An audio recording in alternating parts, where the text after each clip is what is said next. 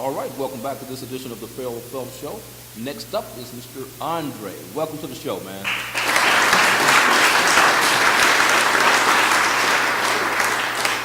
And needless to say, Andre and I had the opportunity to meet via Facebook as well. And it has been a very enjoyable ride with this brother.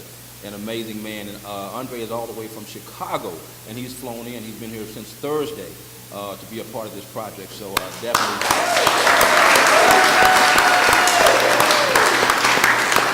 Thank you for having me. Absolutely, absolutely. So we basically spent the last 3 days, 4 days, 3 or 4 days, since Thursday, together at various times and things like that. Andre, your story is very, very interesting. Now, we know that you have vitiligo. Now, it started with you at what age? 19.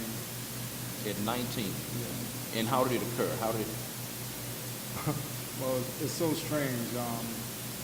When I first noticed markings, I had gotten into a fight and somebody bit me, and it was trauma to my skin. So when I looked at the skin, like the teeth impressions were there, and it was all white. And then, I went through this moment of stressing and whatnot because I didn't know what it was, and I'm thinking this person must have, passed on some type of disease or anything like that, and I was thinking in my head, either AIDS or something else, So I finally went to the doctor, and when they did the test, it was negative. So I was like, woo, and they told me that I would have to come back in 6 months' time. And so, I was cool at first. I was like, everything's going to be okay. But when that 6-month period came around, like it started disappearing. It disappeared the first 3 months. It went back to my normal skin pigment. Okay. But then when that 6-month period came around, I was stressing so much, wondering like, okay, it could still pop up. Something could still happen. Right. It happened to pop up in private areas. And so that made me really stress out, and I was scared to go back to the doctor to find out why it popped up in private areas. Right. So I was just like, I'm not going to go. And then it started spreading so much, and then I just figured that it was time to go. So I went to the doctor, and I was scared. I didn't want to go. As a matter of fact, I left, and I came back, and then I was like, okay, I need to find out. Then I went in there, and I was like, okay. I told the guys, like, I'm having some issues, and I'm taking a long time to explain. And he finally, Right. okay, like, get it out. And then I was like, well, I have these white spots, and, I don't know what it is. And he's like, okay, let's take a look. And then I pulled it down. I pulled out my pants, and he was just like, oh, okay, that's it. I was like, that's it. I'm like, what is that it? He's like, you got vitiligo. I'm like, oh my God. And then he's like, calm down, it's okay. It's vitiligo. I was like, what is that? And he's like, it's basically a skin pigment disorder that Michael Jackson has. I said, am I going to die? And he's like, no. He said, if it's anything, you're just going to be sun sensitive. It may progress, it may regress. You could basically depigment, if not, just try to stay out the sun. Right. I was like, is there a cure for it? He said, there are certain experimental procedures. He was very clear on what I can do. And then when I listened, and I was like, well, it's not really a big deal. Yeah. It's going to spread it. It's not going to spread it. And then a few months later, it just started spreading all over. Like, it was on my scalp, started spreading on my face, and, throughout the years, it's continued. It would I remember one of the first markings that I had was in the shape of a cross. It was on my back. Wow. And everybody, would see me, and they would see when I have on tank tops, like, oh my God, you're blessed. I was like, I don't know about blessed, because I felt cursed at the time. Yeah. And so I was going through all these different emotions during that change. I went through different stages, where I would, isolate myself, and then, just because you're in public, you kind of isolate yourself. You put up this wall, and you pretend. And then you're walking down the street, and people are looking at you, gawking at you, staring at you. Children are saying, oh my God, monster, or different things like that. So, I went from sadness to depression to, eventually liking then accepting, and then loving. Yeah, yeah.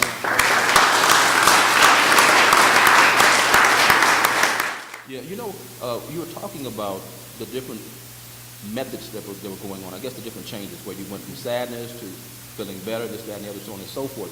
And you know what's interesting about that? It's all psychological, number one. Yes. And what's even more interesting is what you're actually pursuing. Counselor education and supervision. Counseling, education, and supervision, so that he can help other people who are going through not only what he goes through, but other things in life. So I think that's a beautiful thing. Yeah. Absolutely, absolutely.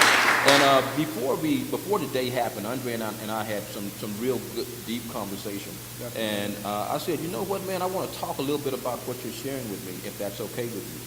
Okay. And he told me that's fine. Right. And Andre came from a past that was very troubled. Right. And from being in a part of the gang, Yes. this, that, and the other. He's experienced time, Yeah, been to prison. been to prison as well. But the testament is how you can turn your life around no matter what. And that's the testament. That's the testament. Yeah. And so when we had all this dialogue, I'm like, man, that's a book. That's a book. You have an amazing story in the journey. And he has 2 sons that are looking up to him. And that has definitely influenced the way that he lives his life and how he wants them to look at their dad. Definitely. And he's making a huge impact on his baby boys. And I know you told me the comment that one of them made. He said, Dad, I want vitiligo too. Yeah. He said, that's different. Tell me a little bit about that story. That's your 15-year-old, right? Well, my 15-year-old, he's like always, he looks at people with vitiligo and he's just like, man, he's just like in awe. He's like, man, they're beautiful, they're unique. And just hearing his words gives me such like strength. Or even my other son who's 14, he's like, man, Dad, all my friends say you like a superhero and everything like that. So, all these things kind of builds you up, strengthens you, to walk and courage. Some people don't have the support. Yeah. So just having that support, like my son, he said he wants a girlfriend with vitiligo. So anybody that's around 15, holler at my boy, he got y'all. I'm just saying. To me, that's love. Yeah. Someone looking past and seeing something beautiful. That's something our whole community needs. And not just the community, but the world itself. Absolutely. And that's one of the things that really, when I began to, this is one of the things that I do before I have anybody to be one of the models. I actually go through your Facebook pages. So it's important that what you put on social media. So we have to shape up our social media. But that helps me to decide who I want to be a part of my project. And I studied Andre's page for a period. And everything this brother was saying was positive. And he was encouraging everybody on that page. It didn't matter who you were. Andre was saying encouraging words. And he's even said encouraging words to me. I appreciate it too. Thank you, by the way. Because I need them. But when I saw that told me a lot about his character. And it's important that we know a person's character. Don't look at the content of the skin, but the person's character. Like Martin Luther King said, look at the character. And when I saw the character existed in this strong brother, man, I was just like, that dude's got to be in this project. And so we talked a couple of times. Like at one point he said, I don't know if I can make it. Right. And I said to Andre at that time, I said, you know what? It's okay. God got this. If it's meant to be, man, it's going to happen. I got an inbox from him. I'm coming. I said, yeah. But yeah. And if it wasn't for like certain friends and my mother and my brother who all contributed to make sure that I can be here for this project, because they saw what was important to me, so it was important to them. And just having that amount of support and love contributed to me being here in the moment.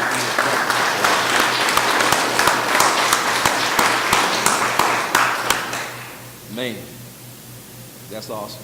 That's awesome. And that's something that everybody that's going through everything that they're going through, whatever it is, you need support. You need family. You need people that love and understand you, and that are going to love you no matter what. That's the kind of love that's needed. So it's a beautiful thing that your family loved you enough to make sure you got here today, man. Very true. Yeah, so we commend your family. And Andre, I want to make sure if there's anything else that you would like the world and the public to know about you, let's get it out. Well, for me, I'm going to speak to the people who've been there. It takes more than just say friends, because I've had people support me. I've had like my friend Julia, Kimberly, my friend Christina, Erica. It's a host of people. One of the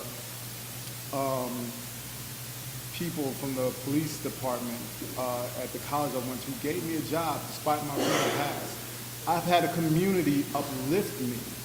And that's what you need. We need people to uplift us, and we need to surround ourselves with people that's going to uplift us. Don't hide. Go ahead and present yourself, and everything will be, more open to you.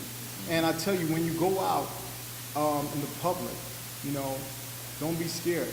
Let vitiligo or any other form of, visual, whatever, however you want to define it, whether it's impairment or look. Don't let that define you. Let that be your accessory when you go out. And wear it proud and wear with pride. Yeah.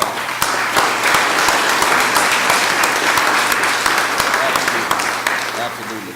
I couldn't agree with Andre more on that statement. And Andre, this is something that's really fascinating. I have to share this, man. All these women started blowing me up saying, "Who is this brother?" I'm like, he has no problem catching somebody. I mean, I can't even tell you, man, how many people were hitting me up and even wanting to be photographed with this man right here. So it's really interesting, but it's a beautiful thing when you can walk in the confidence that you walk in, Andre. And I like the way that you're representing vitiligo, and I like the way you encourage other people, because I see it constantly on your page. And I thank you for being here today. Thank you. Thank you very much. Stick around. We'll be back in just a moment.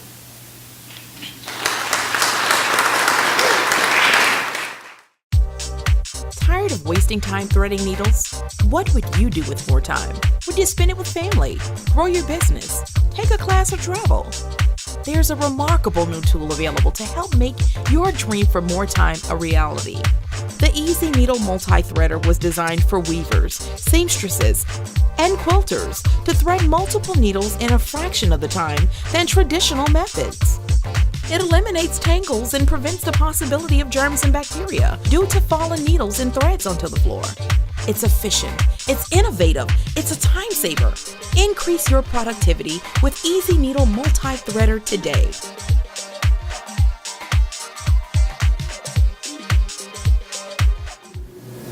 All right, welcome back to this edition of the Ferrell Phelps Show. My next guest is Joe. Joe, welcome to the show, man. Thank you for having me.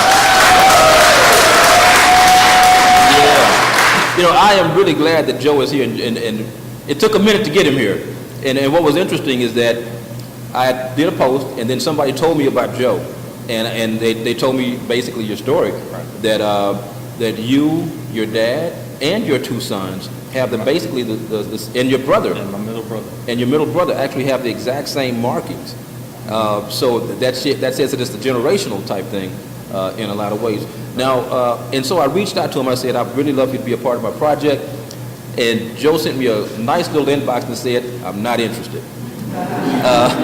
But thank you. He let me down easy. And time went on, and he began to see all the posts that were happening because of the project and seeing the positive things that were going on with it. And he hit me up with another inbox and said, "I really want to be a part of what you're doing. Right. I love how you're showing the love for people and this, that, and the other." And I can see that because I'm looking at your Facebook post. And that's why I say it's important what we're posting on our Facebook post. And so I'm really thankful that you're here, man, because I really wanted you here desperately. So, yeah. Very thankful for that. Now, tell me a little bit about your life, because your story is different than most, because you had someone to look up to, that being your father, who looked like you. Right. But a lot of people going through the experience don't have a family member to look at and to see what this experience is like. What was that like for you, having Dad? Well, for me, I had my dad and my middle brother, and it made it a lot easier for me because, you know, when I did go through times like most of the people say when they go to a store and somebody says, oh, look at this guy or whatever, you know, I had them with me, so it wasn't as I was taking the full, you know, force of whatever they were saying, you know, it was all of us, and I saw how strong they were, and that helped me, you know, to keep my confidence and, you know, make it through. And one of the real reasons why I decided to go ahead and join the project was because I do have 2 young sons, and I want them to see how empowered we are, and how much we can help each other out, and that's one reason why I made sure that I became a part of the project. I'm glad you did, man. Really glad you did. And that's why I wanted to do the project, because I wanted people to be empowered. I wanted people to see that if they can handle this, if they can deal with this, if they can go through it, then I can too. If he can do it, you can do it. And so when you signed on and said, yes, I want to be a part of it, I was ecstatic, man. And I saw his 2 little boys, the cutest little boys, man. And they got the exact same little markings with little gray hair. It's the cutest thing you'll ever see. And so now, one of the things that you experienced for yourself, you were dating a young lady, and you came to the home, or to a particular event at her parents' home. Right. Tell me a little bit about what that experience was like for you. Well, honestly, to date, that was one of the worst experiences I've ever had. I had been dating this young lady for a while, and she wanted me to meet her parents. And so we get all dressed up, and of course she had 2 kids at the time, so we take them over to see her mother. And as I knock on the door, her mother opens the door, and the first words out of her mouth are, "Do you have leprosy?" Not a hi, not a hello, is, "Do you have leprosy?" And she looks at her daughter, and she kind of smirks, and we're all still standing in the doorway. And, at that time, I told her, I said, hey, it was nice meeting you. I told, the girl I was dating, I said, I'm going to be in the car. Whenever y'all are done, I'll be in the car. So, and that was by far the worst experience that I've ever had. Yeah. And it's interesting how people can be so insensitive to what others are going through. And that's oftentimes based on how they're reared, how they're brought up in the home. And so it's important that we instill in our kids, man, how to respect people for their differences. Right. We have to respect people for their differences. What are some of the other challenges that you've had along this journey?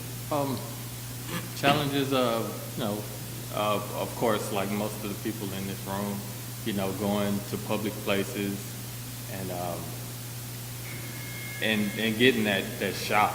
The people, they're gonna gawk, they're gonna look, some people are gonna make comments, and as I've grown up, I've learned to people watch, and I watch people, and like the young lady said earlier, when you're handing your money to somebody and you see other people and they actually touch their hands or whatever, and when I do it, like they throw the money in your hand or, stuff like that. So those experiences, they teach you, that people see you and they perceive you a different way, and that's another thing as far as awareness has to come.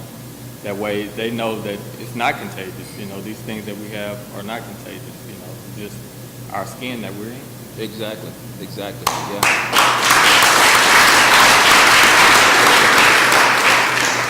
Yeah. And that's why it's so important that we continue to do projects like this, and we continue to get that word out, And I want to encourage all of you guys that are present today to certainly post what this is all about. Put it on Facebook, share it with people, because we want to spread this word. It's not just about this moment in time, but it's about life after this moment in time and what we do in this moment.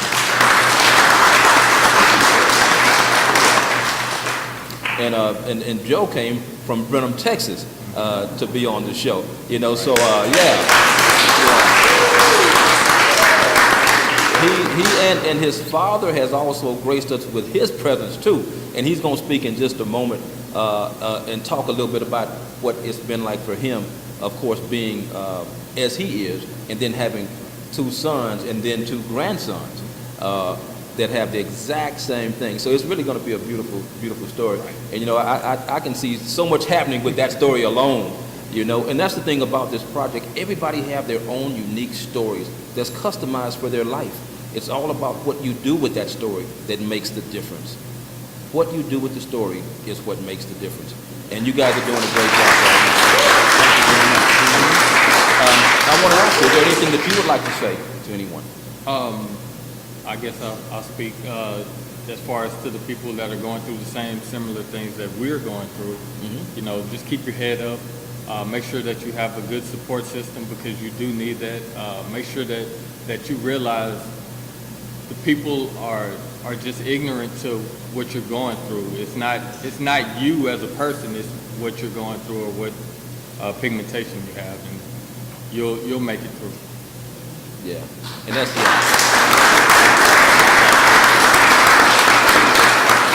And that's definitely what we want to do, is encourage others. You know, I say we don't go through anything for ourselves, but we go through it so we can be a blessing and help somebody else who's going through that same journey. So I appreciate that, Joe. Thank you so much for joining me on this edition of the Ferrell Phelps Show. And we're going to be back in just a moment. You guys stick around for our next guest. Stick around.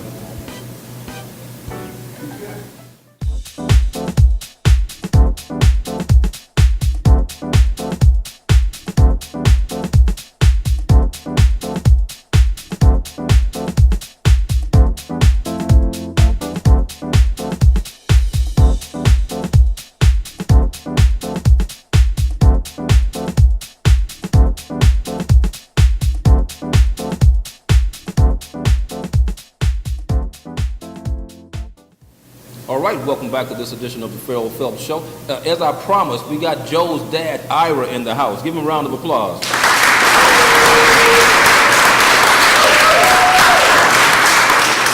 Yeah, you know, this is the only father-son team we have in the project, which I think is really pretty cool.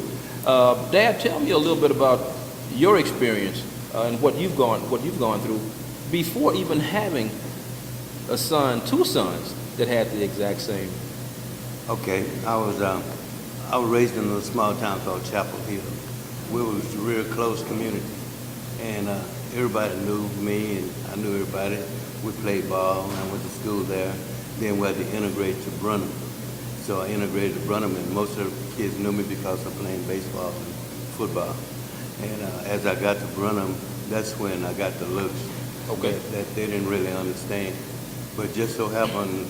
And my brother and a couple of other friends of mine was there, and we got into some fights because of people gawking and one thing after another. Okay. And after they started realizing that it's not, we don't have vitiligo. Mm-hmm. We have, I guess it's iron deficiency. But what it is we try to get the doctor to tell us exactly what it was, but he couldn't come up with it because the things that's happening to us is that our skin is getting darker instead of getting lighter all over. Because mine up here used to be real white and all over. And my gray hair, I've been having gray hair ever since I was 13, I guess, all over. And I could get into places that other guys couldn't get in. So that was an advantage to me. I went to high school in Brenham. I graduated from Prairie View A&M. I went to work for an oil company. I spent 37 years there. Mm-hmm. Like I said, I had these 3 boys.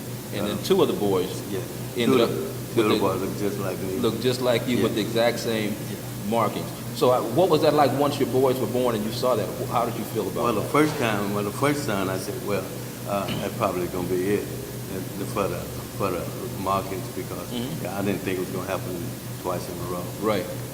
But then later on, we had Joe, and it was the same way. And we started thinking maybe I better see what's going on. But we went back to the doctor, and it's a male gene. It was in the male part of it. My middle son has a daughter that she's just as pretty as she can be. She don't have any. Okay. So it's a male gene in your family. Yeah. And so far I've instilled them that they are who they are, and God is on their side and made them exactly like you want them to be. And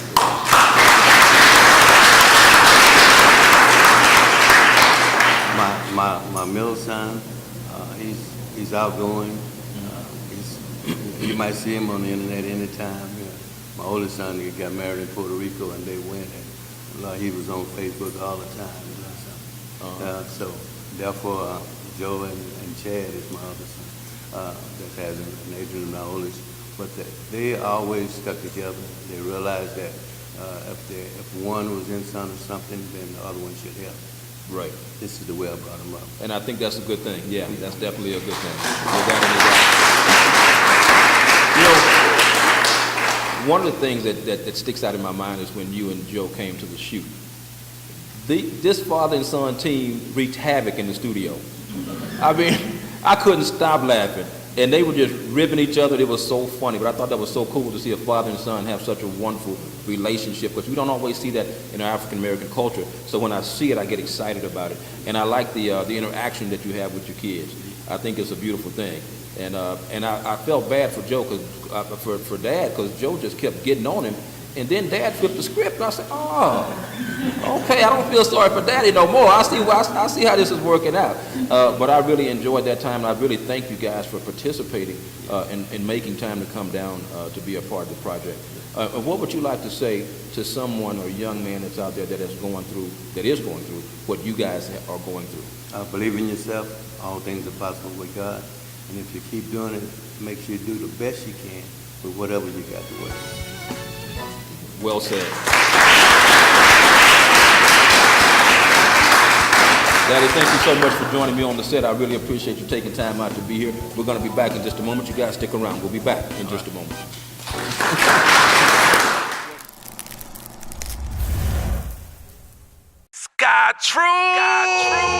Sky Trues Custom Eyewear has taken the world by storm. In only 8 months, Sky Trues has gained the eyes of many, including celebs like Big Sean, Little Flip, Destiny Child, Soulja Boy, just to name a few. Through custom design, Sky Trues can put your imagination on your frames. I bring to you the next big thing in Houston, Sky Trues, created by Golden Boy, the musician, the artist, the entrepreneur, and grassroots marketing genius. Be inspired. Sky Trues, custom designed frames. Sky Trues!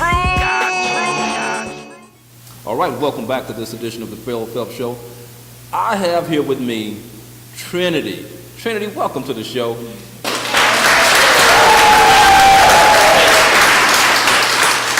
Trinity is my youngest guest, and I've given her my own name for her. I just call her Trend.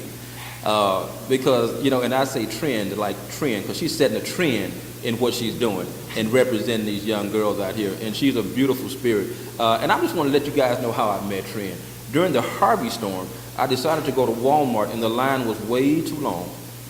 And I'd say, okay, I can't do it, because my patience just ain't there. I turned around to go back to my car, and I saw this beautiful girl with her mom. And I go, you know what, God, that's why you wanted me at Walmart.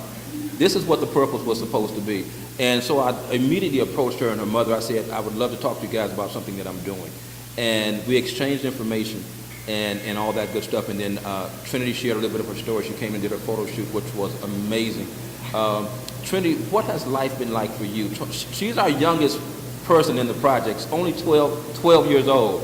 She's a tall girl, so she might fool you. You might think she's older, but she's only 12 years old. Tell me a little bit about what your experience has been like with vitiligo. It's been very challenging because, like, there are a lot of kids that don't understand what, like, people have, and like what I have, and they like to talk about people and talk about me a lot. And so it's like I would always be sad and I would go home and cry because I didn't like my skin. I used to be like afraid of myself. Okay. Like I used to be like so afraid of myself, like I didn't want to look in the mirror anymore. Like so I would wear pants a lot, jackets a lot, and I would want to cover my skin up. And they would just still talk about me because either way it was on my hands, my face, and I couldn't wear a hoodie at school because the teacher would say take it off. But now it's like I love my skin. I like to be in it. I don't want to change it at all. Oh, wow. Yeah.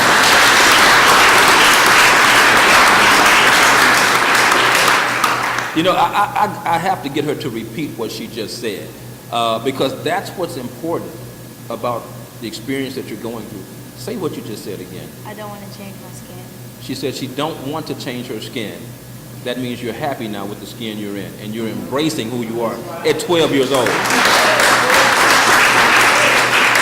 At 12 years old.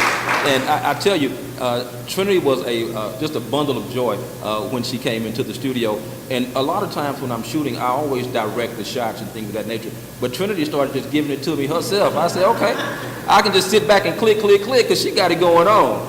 And did an amazing job, and the pictures are simply beautiful. You told me about some of the experiences from a young age, how kids started to treat you. And that was, I think that was a young girl who said something to you that was hurtful. It was a boy who said something to you that was hurtful.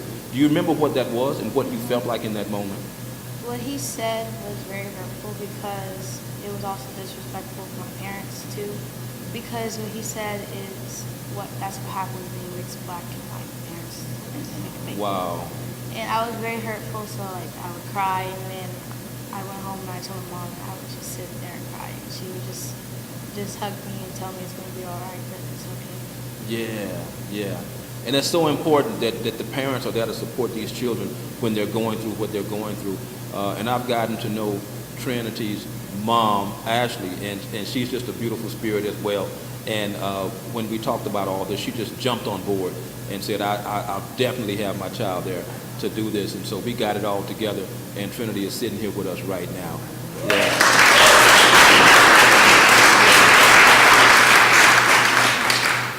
Trinity, I want to ask you, what would you say to a young girl, or a younger girl, let's say younger, that may be going through what you would say, or either bullies that are out there, because I know you've been bullied as well. What would you say to someone that's a bully out there picking on people like yourself? I would say, like, to not talk about them because you don't know what they're going through in their life. And for the kid that's being bullied to be confident and not be scared of what they're saying, just to explain to them what you have. And so they understand, so they won't pick on you. Yeah. I want to ask you, what has the response been like from teachers at your school? One of my teachers in 5th grade, she had it, but you couldn't see it that much because it was like on her foot. But she said, I have the same thing as you. And I was like, really? And she was like, yeah. She was like, so you're not the only one that, has to go through all this bad stuff. And I was like, thank you. Yeah. And it's always good when we have somebody that we can relate to, that can feel our pain or feel our hurt. And so that's good that you had somebody you can relate to. Are there any parting words that you want to say to anybody before we part? Just be brave, be confident, and don't, just be who you are.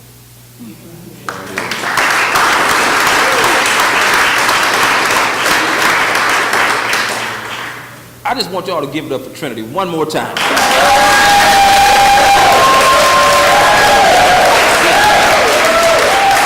Good job. Trinity was slightly nervous, and so I had talked to her mom, and she had a few questions, this, that, and the other. I said, I'll tell Trinity I got her. Just show up, and I'm going to handle it for her. She got it. And you've done a wonderful job. Thank you so much. Thank you. Thank you. All right, we're going to be back in just a moment. Women invest a lot of valuable time in their stylist chair, creating and maintaining a polished image. Having been in the beauty industry for over 35 years, I have witnessed this investment firsthand. Hi, my name is Elizabeth Jackson, and I'm the owner of Interactive Hair Studio. I love doing hair. I love being creative. I love giving someone options. Through the years, I began to notice how much time was being spent threading needles during the weaving process. In salons everywhere, clients were threading needles for their stylists to save time, instead of relaxing and enjoying the experience. The Easy Needle Multi-Threader is designed to make the weave installation process faster and easier, all in 5 simple steps. All you have to do is secure the Easy Needle Multi-Threader to a surface, insert the cushions into the unit, slide the needles into the cushions, place your thread onto the dowel and thread your needles with the Easy Needle Threader. Stylists who use this product will never have to thread another needle in between weaving again. With the Easy Needle Multi-Threader, they can save time, save money, increase their clientele, and provide a wonderful experience for their clients.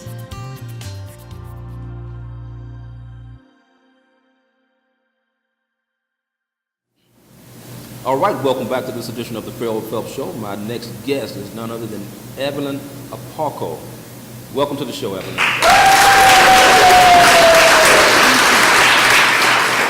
You are certainly welcome. Evelyn and I have known each other for a few years now. We actually met when I did red carpet interviews for the film 12 Years a Slave, and we first met each other there. And her story was so compelling. I'd actually tried to get her on the show before, but things work out in God's time. And this was the perfect time with the perfect project, The Skin I'm In. I'm going to let Evelyn, I'm going to give them a little bit of your backstory. Evelyn is from Uganda, and she was actually kidnapped from her home at the age of either 10 or 11. 12. At the age of 12, and I want you to take it from there. Yes, as Ferrell had said, my name is Evelyn Apoko, and I was born and raised in northern Uganda. I came to the U.S. In 2005 for reconstructive surgery due to what happened to me when I was a child. For those who do not know, my country, Uganda, has been in conflict with each other for almost over 25 years, over 20 years, I believe. The war, it was between Uganda government and one man named Joseph Kony. And for the last 20 years, this man had been responsible for abducting young children from their home and taking them in the bush and training the boys to become his side soldiers and using the young woman for his sexual slave for the commanders and himself. So as a young girl in my home village, I was one of the victims, and they kidnapped me at the age of 12, and I stayed with them for 3 years. And of course, during my 3 years with them, I lost half of my childhood there, and I was treated badly. And one time there was a fight between Uganda government and the rebel, and a bomb explosion happened, and I lost a lot of friends. And for me, I ended up losing my mouth, as you can see at the moment. But after that, I escaped from the rebel after a year later, and I came back home, and then that's how I made my way to the U.S. for reconstructive surgery. And I have been in the U.S. ever since. Ever since, yeah.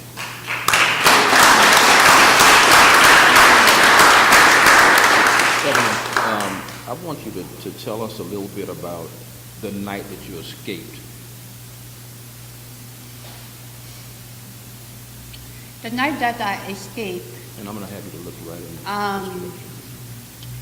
When I look back into the history of Africa, the conflict had been there for years between government officials and other rebel militia. But in the end of the day, I realized that this conflict was involving a lot of young children who have dreamed to become the people that they want to become in life. But I feel like their childhood are being stolen from them because they are children. And as children, parents bring children in the world and they have bigger dreams for them. They want their children to be somebody that can be respectful and contribute and do good things in the community and in the world. But after my kidnapping, I came to realize that these children were being brainwashed by this group, and they were doing the opposite of what society expects of them. For example, those kids were taught how to steal, how to go and attack villages and kill their own family members, and do the most horrific thing ever in the community, in their own community. In their own communities? In their own They were doing community, this? and yes, community. And after I look at that, I see as a problem. And I look in that, I thought about it. In 20 years from now, what would I want those kids to be? You know, if this kid can be given the opportunity to be a member of a society, what can they be able to do the opposite from the opposite of what they're doing in the bush? And this is what the world don't know. When these kids escape and come back home, they're being discriminated based on their background. They do not know that those kids were also have been kidnapped against their will. And they do not ask to go in the bush to fight or to do horrible things. But they were being stolen from their family in the middle of the night. And I was one of them. And in that moment, I lost my childhood. Not only I lost my childhood, but my parents deal with the nightmare of knowing their child that they brought in the world were kidnapped from them and they took her in the bush. And they never knew that Eva was alive or not. And after realizing the struggle of my parents, and the struggle of me and seeing that a lot of those kids are suffering, I came to realize that I am a better person and I can do better. And no one on me to be in this world. I know God has a plan for everybody to do better in their community. That is why when I realized that dream, I escaped from the river because I knew that that place wasn't for me. And I can do better. And I escaped with the hope and dream to be the voice of children who are being tortured and being taught to do horrible things outside in the world, in my country, and in Africa and across the world. Because people, parents bring their children in the world because they have a better belief and a dream for them, that they're not meant to be child soldier and be involved in ISIS. That must be stopped. And that is what I'm fighting for. Yeah, great.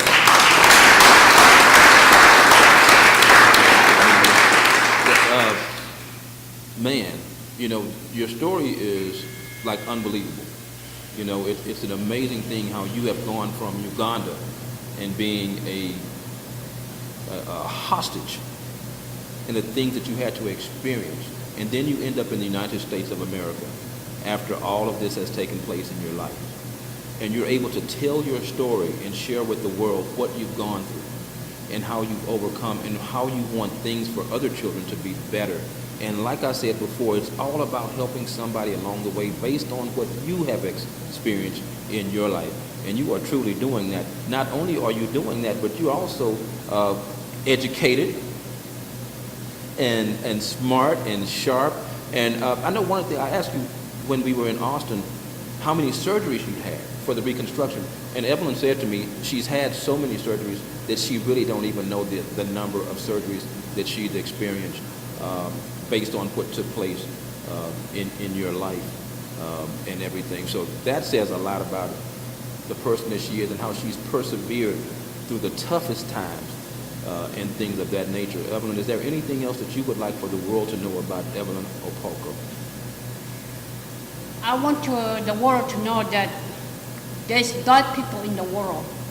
And we, in the midst of those bad people, we can choose to let them to demonize us, or we can choose to rise above the evil that exists in the world. Because I believe that as human beings, we are better not only for ourselves, not only for our family, but we are better for our community, and we are responsible for the well-being of. If I want to be better, then why would I want to demonize somebody else? I want to make them feel bad. So my hope and dream is that the world can be able to wake up and realize that we are in this world sharing this place, and whatever is happening in this world is affecting all of us, and we need to realize that and wake up and treat each other with dignity and respect as according to how we want to be treated.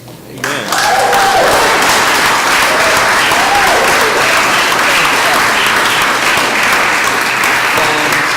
Fantastic. Man, I just want to thank you for your encouraging words, because I know they're going to bless somebody out there. And you have a voice, and now you're letting your voice be heard. I wanted to also say to you guys too, because you guys don't have any way of knowing, but Oprah actually told your story. Am I correct? Yes. I was in Oprah Winfrey in 2006 when I first came here. First of all, I didn't even know who she was.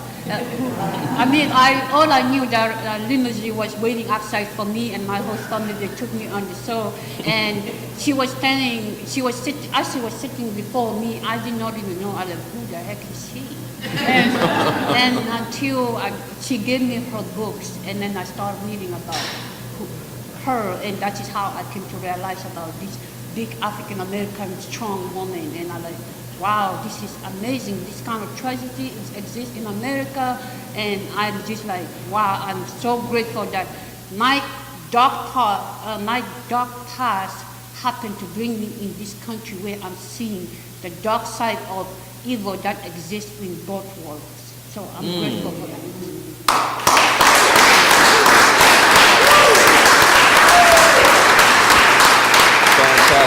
Fantastic. I was really looking forward to the story. Evelyn, thank you so much for joining me on this edition of the Ferrell Phelps Show. No, thank you.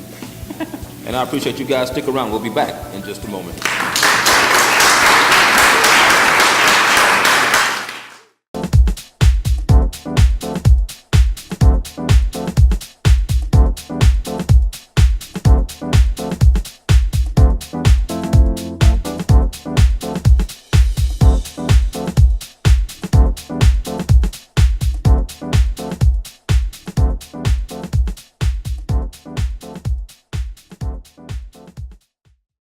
All right, welcome back to this edition of the Ferrell Phelps Show. My guest right now is Sharon. Welcome to the show. Thank you.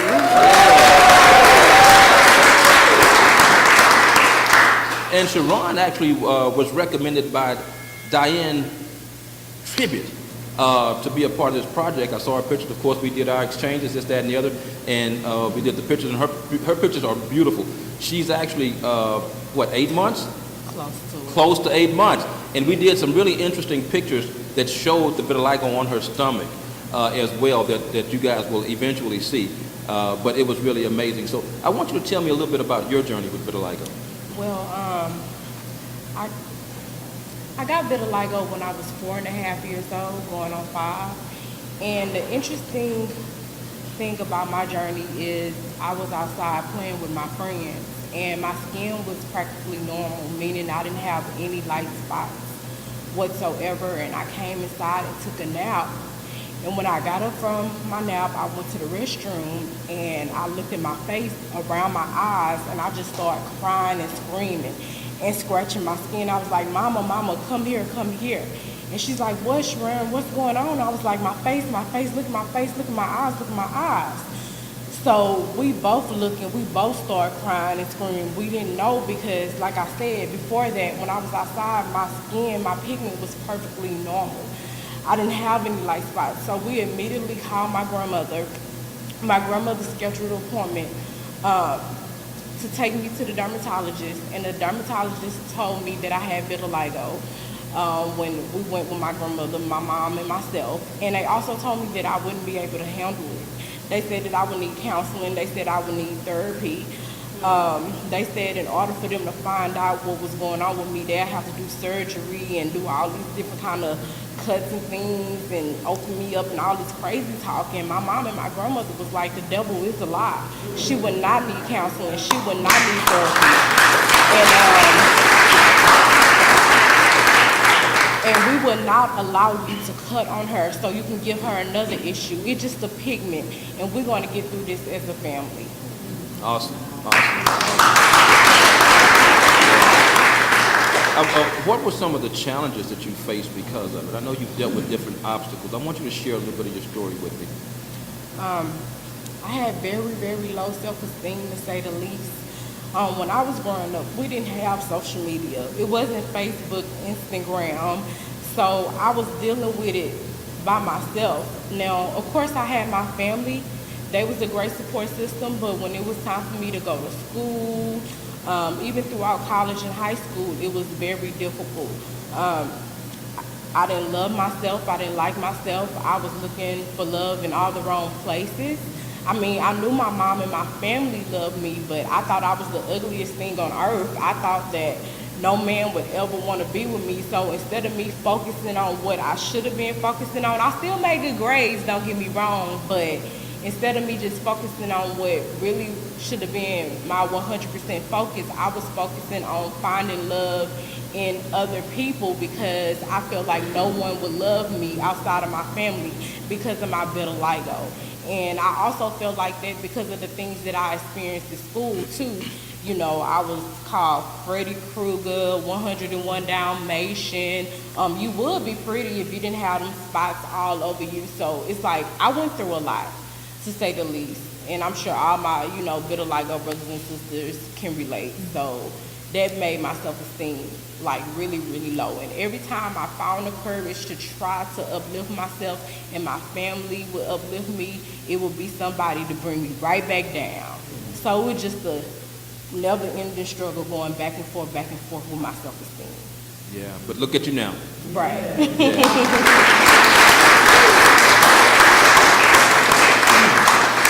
What would you say to my beautiful little princess back there at the age of 9 who's going through what you're going through, and you've been where she is right now? What would you say to her? I would say, keep your head up as you are doing, and, keep God first, keep your family first, of course, and always stay around people that are supportive of you, and also just make sure you stay involved in organizations that deal with, educating people about vitiligo. That's good. And yeah, definitely. And we're definitely going to have information about an organization that you guys can certainly find out more about for that type of support that Diane Tribute has started, and it's doing very well. So I want everybody to make sure that you check that out. And that information is going to be at the end of this show for people that are watching. All right. Thank you so much, Sharon. Absolutely.